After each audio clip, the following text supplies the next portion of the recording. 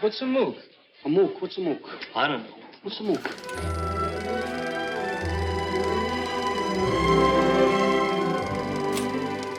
I mean, the one thing that I hate to say that seems to be a common thing in all of these slasher franchises, and hopefully we'll have enough time to at least briefly chat about a lot of the big ones connected to a franchise. Like, you know, it's much harder to have a really iconic character from a movie that was so successful that it only needed maybe the one movie to have it. So, although, you know what? There is one that I've been thinking of while we're talking. Mm-hmm. And you know what that is?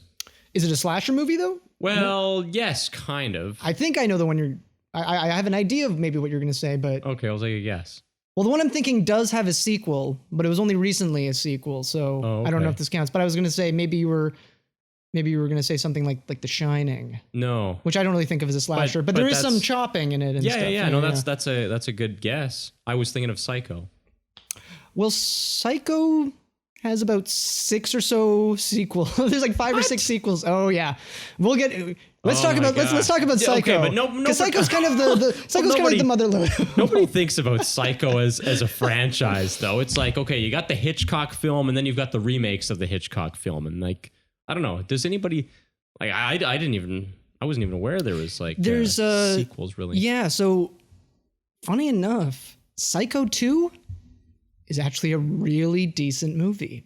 Is that right? Well, it's actually worth watching. Psycho 2 was made, I'm going to say, like 1980 or maybe 1982. Okay, so long after the first one. Yeah. Like a good 20 or so years later. Let me just look this up because Psycho, the first Psycho movie came out in 1960. Yeah. I was just sort of thinking of it in terms of a one-off that's also very iconic and very memorable that people... obviously it's been well remembered and celebrated for a long time. There's at least 4 with Anthony Perkins.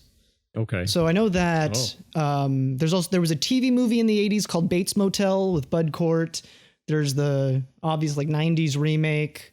Wait, so when they did the one in the 80s, Anthony Perkins was in that again? He's in the first 4. Eventually, Anthony Perkins started directing the Psycho movies. Like, that's how involved he was with the franchise later on. And they almost started to become Psycho 2 is like a bona fide, straightforward, serious sequel. But 3 and 4 are apparently they get really campy. Okay. I think number 4 is actually an origin story. So it's a lot of flashbacks to when he was young. Psycho 3 in 1986. And then Psycho 4 in 1990. Wow. This is interesting. Well, that raises some interesting questions.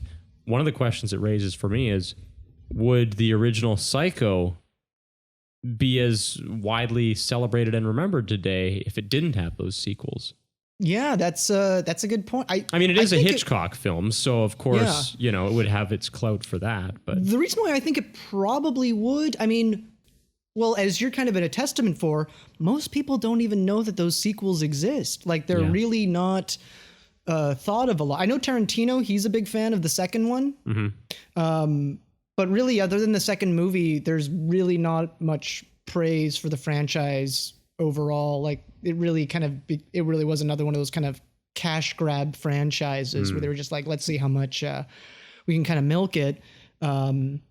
But I don't know. Yeah, maybe that franchise did help just kind of make Bates Motel and the name Norman Bates that much more iconic. I guess it did kind of create a new generation of audiences to kind of see those movies. Yeah. But, well, and more sort of entry points for people too, right? Because let's say even Bates Motel, the TV series, that probably could have drawn in a new generation of an audience who would then later on go and look back at the old movie and give the old movie the time of day because they like the show, perhaps. Yeah. Actually, here's an interesting question you can ask yourself is, would we have ever have had any Psycho sequels if it wasn't for the crazy 80s slasher craze that happened in general? Because that's an interesting question. I really think that's why it happened, was just all of these crazy slasher movies were coming out and they were like, well, what else could we do? Why not cash in on the one that kind of started it all, right? Yeah. And I think if those other movies weren't doing that,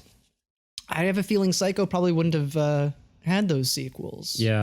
And I am going to have to watch the second one now. Yeah, I think you'll like it. It's surprisingly good, the second one. I don't know about the others. I haven't seen the other ones, but I think this movie it's like bound to make an impression on a person. And again, even after so many years, right? Because I didn't watch it until 13 or 2014 that I finally watched it, I think.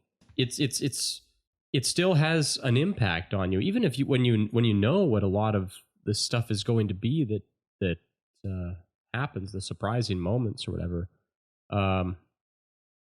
It just packs a punch to it, and I think it's a classic for a reason. It's remembered for a reason. And actually, another thing is just even being in black and white, it's still thrilling to watch, because oftentimes black and white movies can be a little bit harder to enjoy, but I almost kind of feel like the black and white maybe even kind of adds an element of creepiness to it. But I'm glad that you kind of, you saw it sort of a little bit later than I had thought.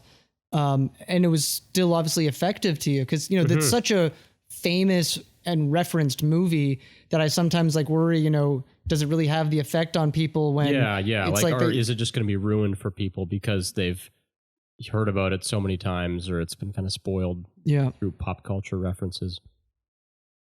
I was, I guess, fairly young when I saw it. I don't think it was the first Hitchcock movie I saw, but it was definitely one of the early ones, like 10 or 11 or something like that. Well, that must have spooked the hell out of you then. No, because I was like even at that point, it just felt so much tamer than a lot of the other things I had seen. So that was the thing, was that actually Psycho didn't really scare me all that much. Like when it's the intense scenes, I was definitely, found those scenes kind of like invigorating and stuff. But I wasn't overly I'm trying to think maybe what would be the most disturbing thing for me with, I mean, in some ways it's the music. The music's kind of what in some ways makes it like the most effective, like the shrieking string instruments and Norman Bates' mom in the cellar. But that was kind of like one of like the true kind of like horrific moments in the movie. Well, exactly. Yeah. Kind of the end reveal, right? Yeah. And that's kind of what I meant in terms of it being this shocking, weird moment, even again after seeing it as old as I was in my mid-20s and stuff. If there's one major flaw I feel about Psycho, is it's actually it's not the last scene, because I actually think the last scene almost kind of repairs the flaw that's just before it by being such a really good ending. I love the ending where it's Norman Bates in the cellar and there's like the internal monologue where you hear the mother speaking.